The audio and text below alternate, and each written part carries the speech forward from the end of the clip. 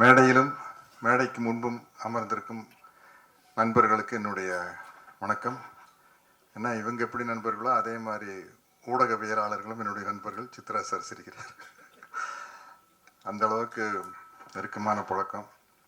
அதனால்தான் அவங்க கரெக்டாக ஞாபகப்படுத்தின மக்கள் என் பக்கம் டைட்டிலில் சில சமயத்தில் ஒரு மனிதனுக்கு பெருமைகள் முடிவதில்லை, அலைகள் ஓய்வதில்லை அப்படிங்கிற மாதிரி.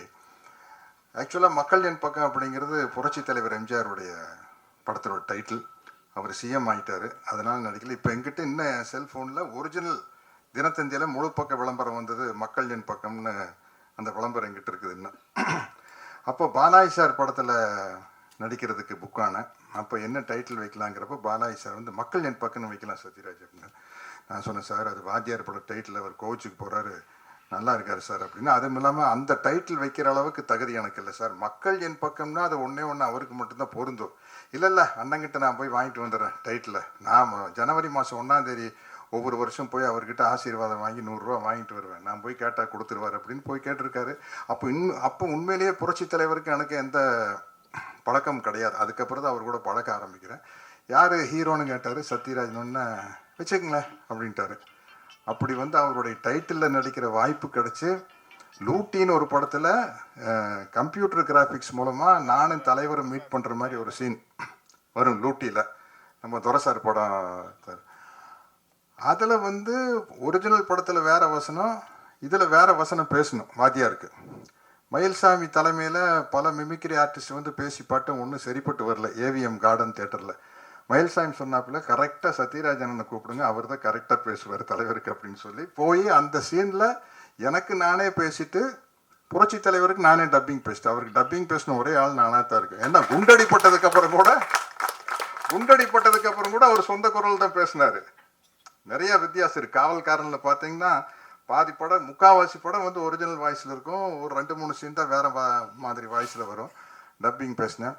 அதே மாதிரி இன்னொரு பெருமை எனக்கு கிடச்சிது. நடிகர் திலகம் சிவாஜி அவர்கள் நடிக்காத கேரக்டரே இல்லை. ஒரு போலீஸ் டிபார்ட்மெண்ட்னாலும் கூட கான்ஸ்டபிள், சப் இன்ஸ்பெக்டர், இன்ஸ்பெக்டர், ஐஜின்னு எல்லா கேரக்டர்லையும் நடிச்சிருப்பார். ஒரு சட்டம் சம்மந்தப்பட்ட படம்னா ஜூனியர் வைக்கல், சீனியர் வைக்கல், ஜட்ஜு வரைக்கும் நடிச்சிருப்பார். அவர் ஆசைப்பட்டு நடிக்க முடியாத ஒரே கேரக்டர் தந்தை பெரியார் கேரக்டர் தான். அதில் நடிக்கிற ஒரு வாய்ப்பும் எனக்கு கிடச்சிருச்சு. இன்னைக்கு என்னுடைய ஆறுயிர் நண்பன் விஜயகாந்த் நடிக்க வேண்டிய ஒரு கேரக்டரில் நான் நடிக்கிறதுக்கான வாய்ப்பை கொடுத்தேன்.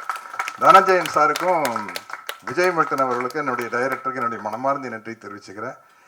ஏன்னா அவ்வளவு நட்பு. விஜயகாந்த் சாரை பற்றி நான் பேசுனா அன்பு நண்பன் விஜயின் தான் விஜயின் தான் கூப்பிடுவேன். எங்களுக்குள்ள நடந்த காமெடிகள் தான் அதிகம். அது பேசினப்போ இந்த மாதிரி ஒரு புக்கே எழுதலாம். அவ்வளோ நீங்கள் அவர் திரையில் வீரமாக பார்த்துருக்கோம், ஒரு புரட்சி கலைஞர். அதை தாண்டி எங்களுக்குள்ளே நடந்த காமெடிகள் அளவிட முடியாத காமெடி. அதை மட்டுமே ஒரு புக்காக எழுதணும்னு ஆசைப்படுறேன். இந்த படத்தை பொறுத்த வரைக்கும் தனஞ்சயன் சார் என்ன, அந்த குழந்தையே நீங்கள் தான் சார்.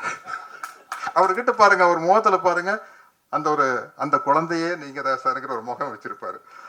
நம்ம சக்தி சிதம்பரம் டைரக்டர் சக்தி சிதம்பரம் சொல்லுவார், இந்த அப்பாவியா மூஞ்சி வச்சுட்டு அதுக்கு பேர் முரளி ஃபேஸ் அப்படிம்பார். நம்ம இதயம் முரளி இருக்காருல்ல சார், இந்த முரளி ஃபேஸை வச்சு ஏமாத்தாதீங்க சார்.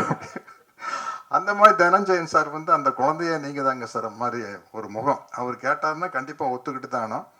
விஜய் மில்டன் டைரக்டர் அப்படின்னு நான் கோலி சோடா படம் பார்த்துருக்கிறேன். உடனே சரின்னு சொல்லிட்டேன். எனக்கு உண்மையிலேயே இது அவர் கேப்டன் நடிக்க வேண்டிய கேரக்டர் தான் நான் நடிக்கிறேன்னு எனக்கு தெரியாது. ஒன்றும் கதையே கேட்கல, விஜய் மில்டன் ஓகேன்னு சொல்லிட்டேன். அப்புறம் எனக்கு தம்பி விஜய் ஆண்டனி கிட்ட ஒரு ரொம்ப கம்ஃபர்டபுள் ஸ்பேஸ். அவர் கூட நடிக்கிற 3வது படம் இது. சினிமாவை தாண்டி நிறையா விஷயங்கள் விவாதிப்போம். வாத்தியார் பாட்டு மாதிரி உன்னை அறிந்தால் நீ உன்னை அறிந்தால் உலகத்தில் போராடலாம், உயர்ந்தாலும் தாழ்ந்தாலும் தலை வணங்காமல் நீ வாழலாம்ங்கிறதுக்கு சிறந்த உதாரணம் விஜய் ஆண்டனி அவர் தான். அவருடைய ப்ளஸ் பாயிண்ட் என்ன, மைனஸ் பாயிண்ட் என்ன கிளியராக தெரியும். அதுதான் அவருடைய என்ன லைஃப்பில் அது ரொம்ப முக்கியமான விஷயம். இன்றைக்கி நான் இந்த ட்ரைலரு, டீசர் இதெல்லாம் பார்த்ததுக்கப்புறம் உண்மையிலேயே மிரட்டிட்டாரு sir. Music director sir super sir, Brahma. அதே மாதிரி ஃபோட்டோகிராஃபி என்ன, எனக்கு விக்குக்காகவே தனியாக ரூம் போட்டு யோசிக்கிறாங்கன்னு நினைக்கிறேன். நல்ல வேலை எனக்கு தலை இப்படி இருந்தது, சௌரியமாக போச்சு. முடியோடு பிறந்ததுன்னு வச்சுங்களேன், இவ்வளோ வெரைட்டியான கெட்டப் கிடச்சிருக்காது, கட்டப்பாகவே கிடச்சிருக்காது. என்ன கண்டினியூட்டி இருந்திருக்கும் சார். மொட்டை அடிக்கணும் அப்படின்னா சார் 10 படம் கண்டினியூட்டி சார், அதெல்லாம் மொட்டையில் அடிக்க முடியாது சார்ன்னு சொல்லி அந்த கேரக்டரை கிடைக்காம போயிருக்கும். அது இல்லாமல் இருந்ததுன்னா நல்லதாக போச்சு. சில விஷயம் சில மைனஸ் தான் ப்ளஸ்ஸாக இருக்கும். இப்போ எனக்கு கடவுள் நம்பிக்கை இல்லாதனால நிறைய பேர் பேசல, சாருக்கு இல்லை அவருக்காக நாங்கள் வேண்டிக்கிறோம் அப்படிம்பாங்க. கடைசியில் பார்த்தா எனக்காக வேண்டிக்கிட்டது வந்து எக்கச்சக்கமான ஆளுங்க, என்னை தவிர எல்லாரும் வேண்டிக்கிறாங்க. கடவுளுக்கு என்ன பிடிக்கும்? கடவுளுக்கு ஏன் என்ன பிடிக்குன்னா அவரை நான் டிஸ்டர்ப் பண்ணுறதே இல்லையில்ல. அப்ளிகேஷனா போடுறது, ஏன் படம் ஒன்றும் ஏன் படம் ஒன்றும் ஏன் படம் ஒன்றும். அந்த ஆள் என்ன செய்வார்?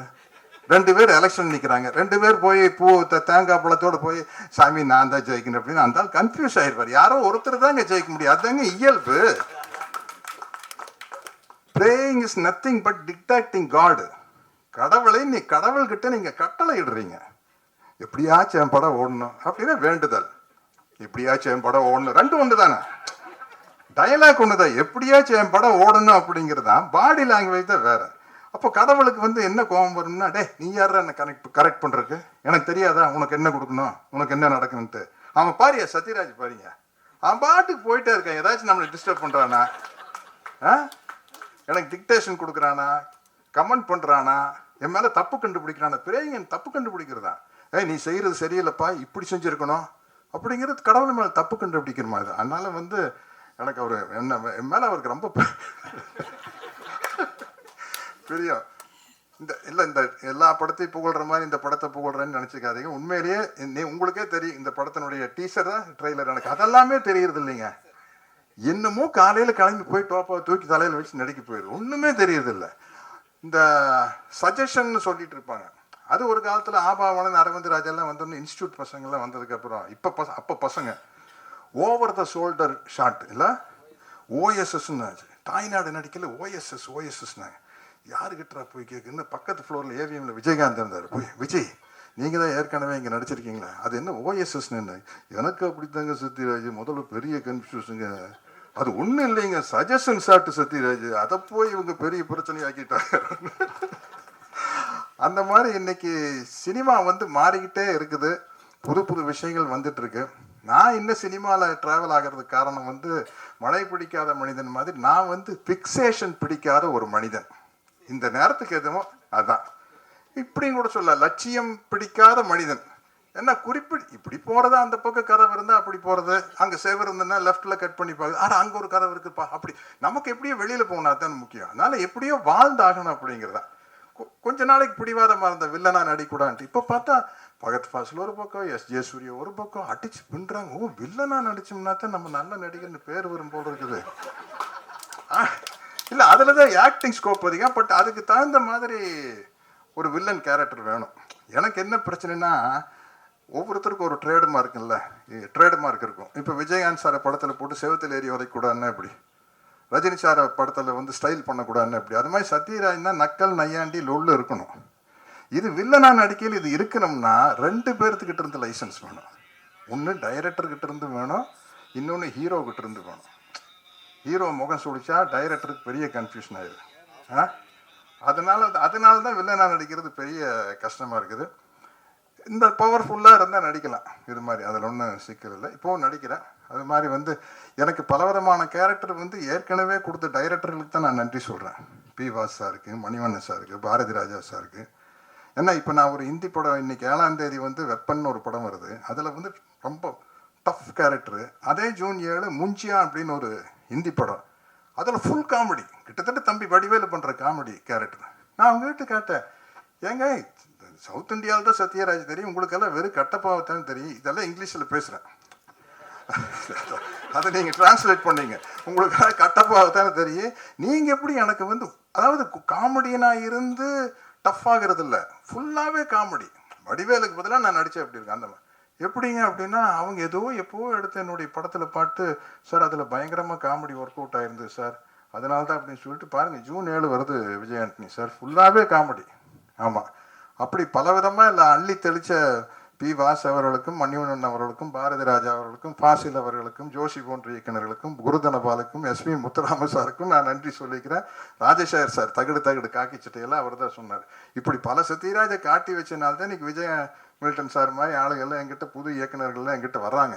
அதனால் அவர்களுக்கும் நன்றி கூறி, இன்னும் என்னை அரவணைத்து அழைத்து சென்று கொண்டிருக்கும் இந்த இன்றைய திரையுலகத்திற்கும் நன்றி கூறி விடைபெறுகிறேன். வணக்கம்.